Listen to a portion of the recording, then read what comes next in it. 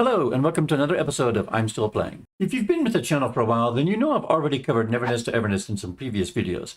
I've talked about how much of a sucker I am for, large-scale urban environments in general, and everything I've seen about this game has me hugely excited about it so far. Well, yesterday they dropped their live stream for the upcoming closed beta test, and folks, I don't say this lightly, but now I'm even more hyped than I was before. And look, before we go any further, I just want to get this in quickly. If you're coming in to tell me how much Ananta is going to crush this game, well, maybe you're right. Look, I agree that Ananta trailer, from last year, it does look fantastic. But until they talk about a release date, until they show live game footage, until they allow us to get our grubby little paws on it, then this is the next best urban sprawler that I am stoked for. Because between two unannounced games, do you know which one wins? The one that ships.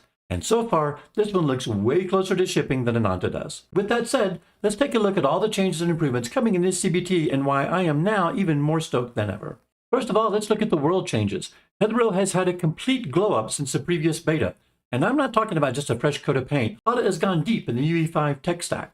The entire lighting system now uses lumen global illumination, meaning lighting reacts dynamically, bouncing between surfaces in real time. No baked shadow maps here, we're talking 100% full dynamic lighting.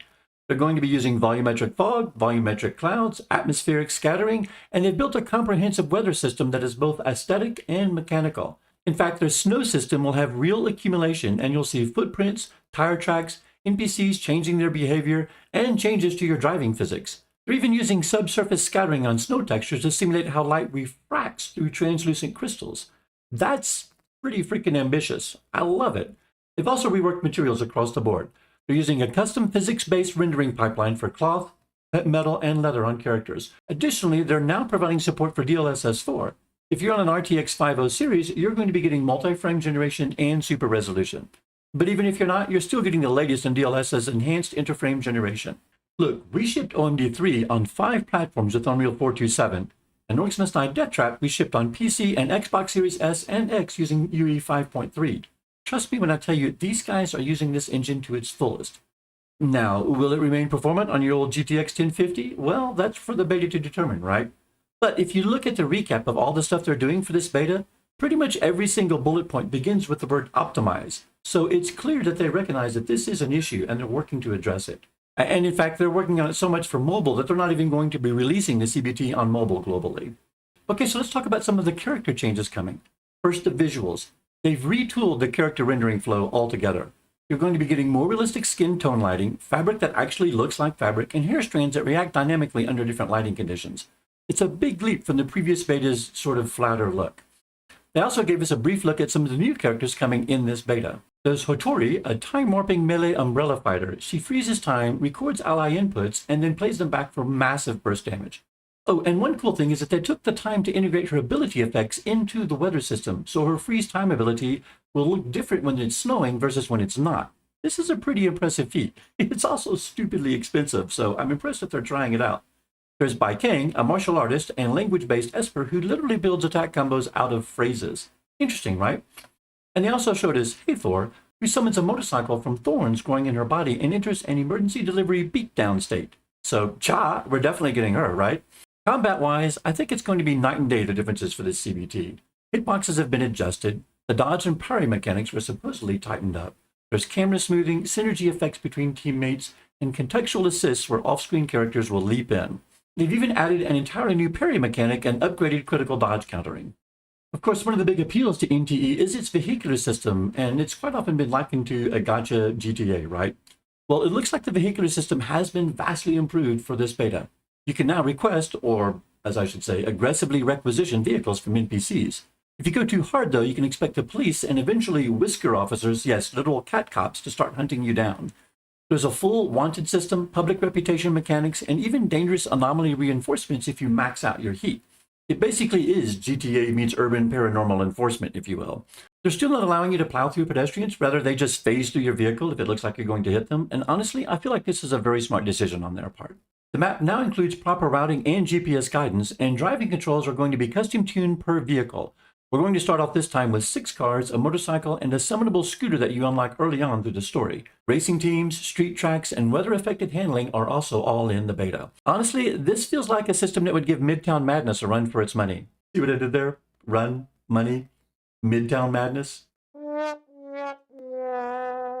Okay, now I don't say this lightly, but seriously, I kind of want a little flat and uptown hetero. Like, why do my gacha characters just have the damnedest, nicest, chic apartments? Oh, yeah, that's right. It's because we pour thousands of dollars into them. For this beta, there are now going to be 5 properties that you can buy and upgrade. Fast travel points are now linked to your properties, which means your apartment isn't just cosmetic, it's going to be functional and provide some gameplay mechanics as well. They've also added this cool sort of anomaly furniture system where unique decorative pieces unlock quests, buffs, and storylines. Every item has its own backstory and reward system. That's the kind of weird, pseudo-obsessive, personalized detail that makes me care about a space. Shop management has improved as well. We're going to be adding wish lists, quick restocking, employees with skill growth, and more. And while, I recognize that this particular part of the gameplay will be huge for some people, for myself, I'm really just here for the stylish apartment and occult furniture decorating. Okay, finally, we have to talk about their gacha system because I believe this is the first CBT that they've rolled it out, and it's quite different. Instead of sort of standard pull system, Neverness to Everness is going to use a board game mechanic called Scarborough Fair. Every roll is a dice throw. You move a little mascot around the board, and then you get the prize on whatever space that you land on. Characters, chests, mats, the works. Oh, and yes, there is no 50-50. The limited banners always guarantee the featured character. But, and here's the big one, the devs openly admit that they're not even sure that this system is going to be balanced and it's going to work. They've said that they need real player data before they can tell if this bold new direction is something that's going to work for them. This is a pretty risky move. I mean, it's nice that they're taking a chance, right? Remember how we all thought Blizzard had lost its mind when it introduced a rest mechanic into MMOs, but it turned out to be the greatest thing ever? No, you're probably all too young for that. But this could be like that. Game-changing. I will say this. If it works, it could completely reshape gacha design, right? Well, and if it doesn't, well, we'll have one hell of a postmortem to talk about, right? Okay, so what do you think? I gotta admit, I feel like Coda is aiming for the fences with this closed beta. Not every idea is going to land, but gosh, this game already looks huge. The ambition, it is undeniable. Urban exploration, stylized combat, custom apartments, board game gacha. If nothing else, you have to appreciate the immensity of what HOTA is trying to build here. And you know what? I have nothing but respect for developers that really try to go all out and try something new. I know their track record isn't the best for everyone when it comes to like Tower of Fantasy, but honestly, I can't wait to see how this shapes up. The beta is going to kick off on July 3rd.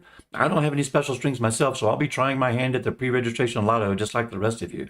And if you're giving it a go, well, good luck. But for now, that's going to do it for this episode of I'm Still Playing. If you do like this content, please be sure and hit the like button and maybe even the subscribe if you're not already, right? I'm trying to grow this channel and every little bit helps. And until next time, whatever you're playing, play hard. Cheers.